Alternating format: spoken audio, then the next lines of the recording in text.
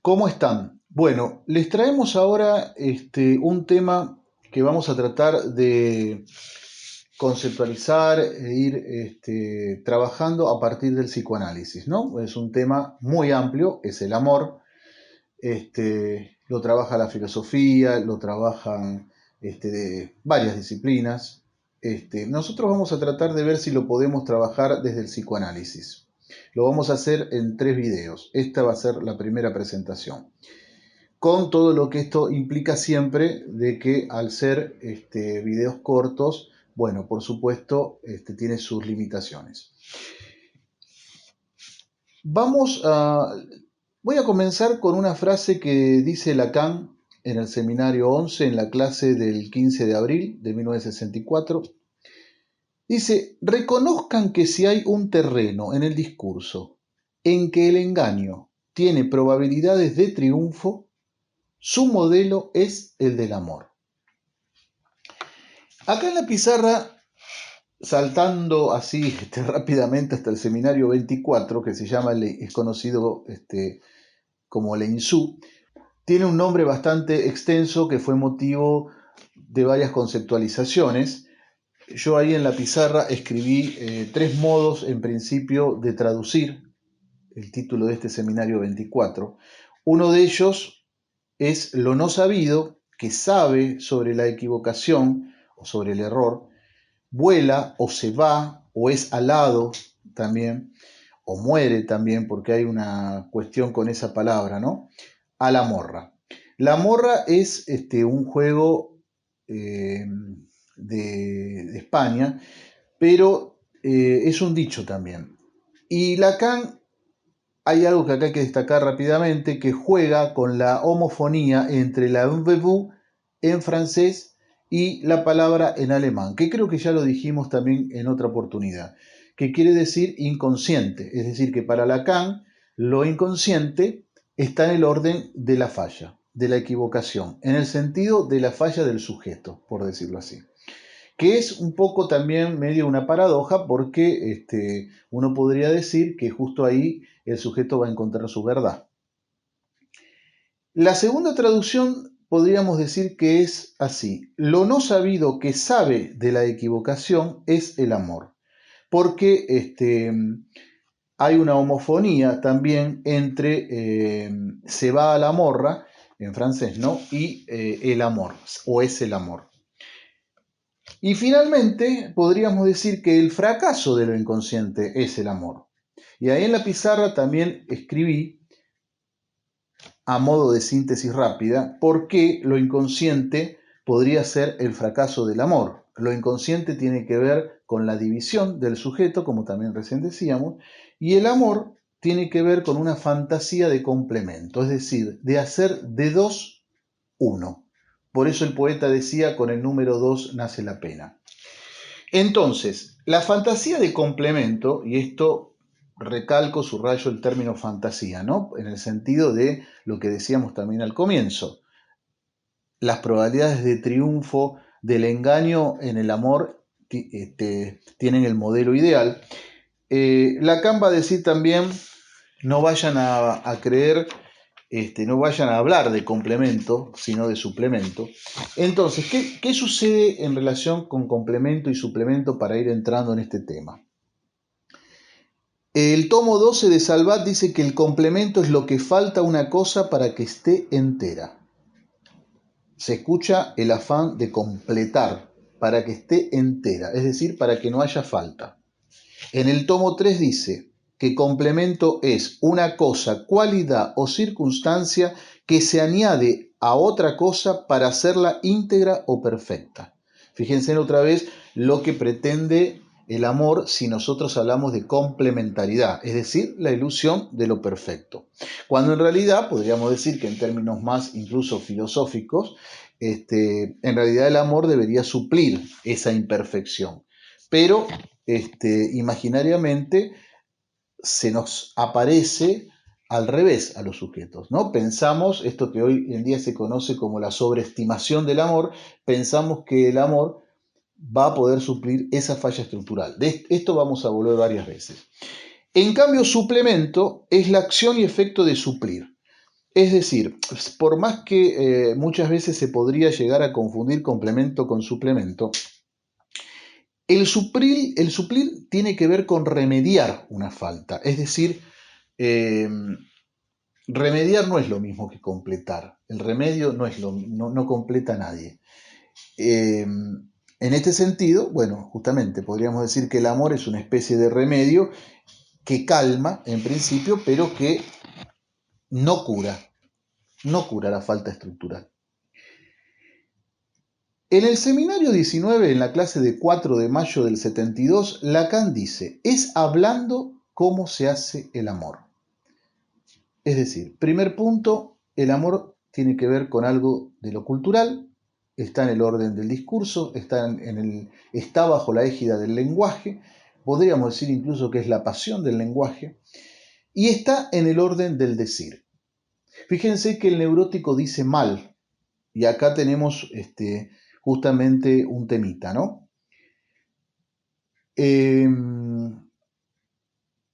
Por eso también Lacan en el seminario 21, después vamos a volver sobre esto igual, va a decir, es un decir en tanto acontecimiento, es un decir de órdago. Ya vamos a volver inmediatamente a esto.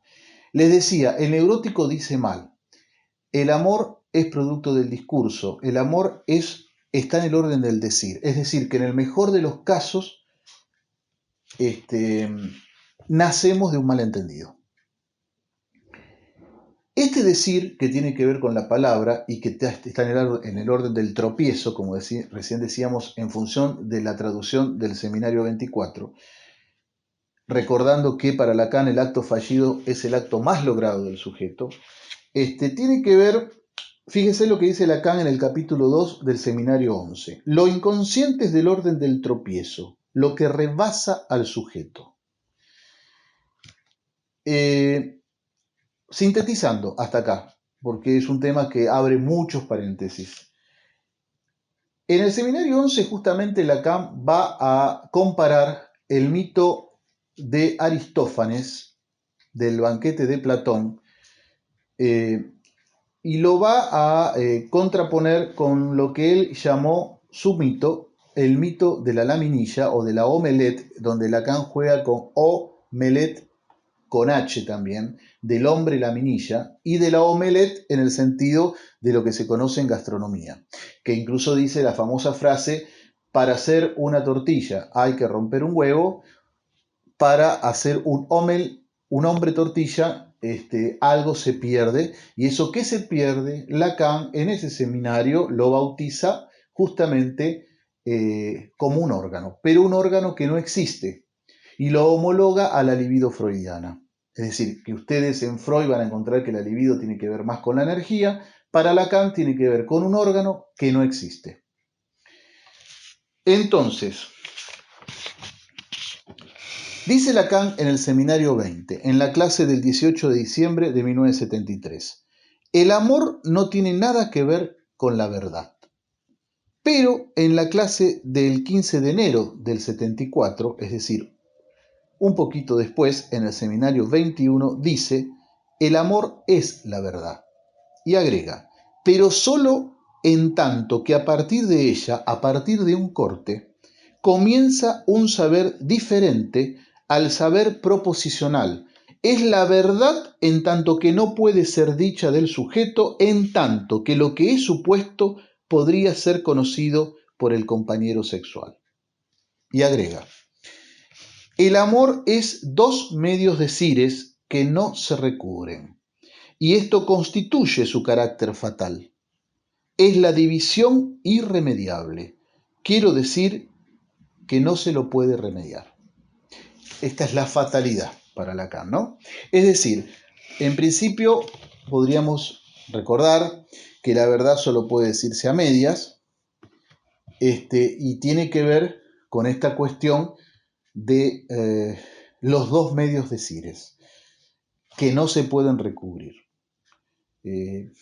Recuerdo ahora que Borges decía que el amor es una religión de dioses falibles. Entonces, volviendo a la cuestión del decir. habíamos dicho antes que Lacan dice un decir de órdago. Órdago es una palabra que, según estuve investigando, viene del vasco. Quiere decir ya está, quiere decir ahí está, quiere decir lo intenso, quiere decir lo maravilloso. Y además el órdago es una jugada del mus en la que se apuesta de una sola vez todos los tantos que faltan. Es decir, es un juego español el mus, ¿no? De 40 cartas, la baraja. Entonces, algo en el orden del ahí está, del ya está. No sé si a ustedes les suena esto como un performativo para ir entrando un poco más al discurso del amor, es decir, a lo que Roland Barthes diría el discurso amoroso. Si hablamos de performativo en el amor, el performativo por excelencia es el te amo. Esto de lo que los analizantes a veces dicen, no sé qué somos, porque me dice te quiero, pero no me dice te amo. Por ejemplo, el te amo tiene una fuerza tal que podríamos decir es un verbo performativo, como puede ser el amén o como puede ser el sí quiero, es decir, palabras que de alguna manera están en el momento que se dicen también se hace una acción, es decir, palabras, verbos, performativos. Por eso Lacan también va a decir que incluso es una holofrase. Fíjense lo que dice Roland Barthes en este hermoso libro, Fragmentos de un discurso amoroso, que obviamente se los recomiendo. Dice, el te amo no es una frase, no transmite un sentido, sino que se aferra a una situación límite, aquella en que el sujeto está suspendido en una relación especular con el otro. Es una holofrase. Aunque dicho miles de veces te amo está fuera del diccionario, es una figura cuya definición no puede exceder el encabezado. Y después, un poco más atrás, dice, al te amo hay diferentes respuestas mundanas. Yo no, no te creo nada, ¿por qué lo dices? Etcétera. Pero el verdadero rechazo es, no hay respuesta. Se me anula más certeramente si soy rechazado no solo como demandante, sino también como sujeto hablante. Como tal, tengo al menos el dominio de las fórmulas. Es mi lenguaje último repliegue de mi existencia lo que es negado, no mi demanda.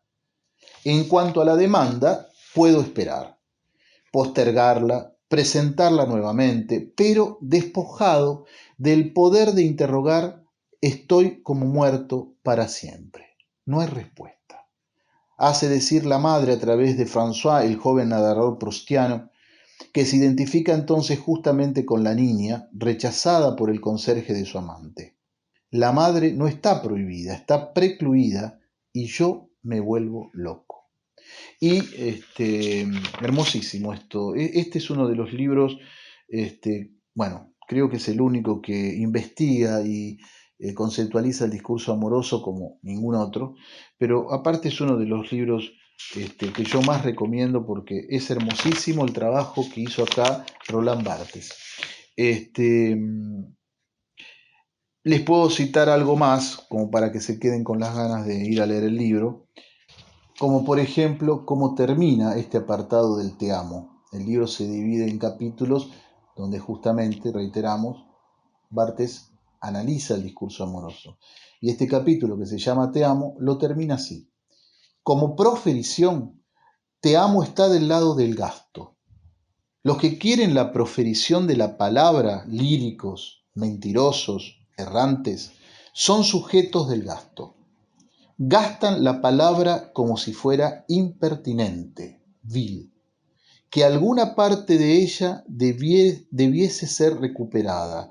Están en el límite extremo del lenguaje, allí donde el lenguaje mismo, y quién más lo haría en su lugar, reconoce que carece de garantías, que trabaja sin redes.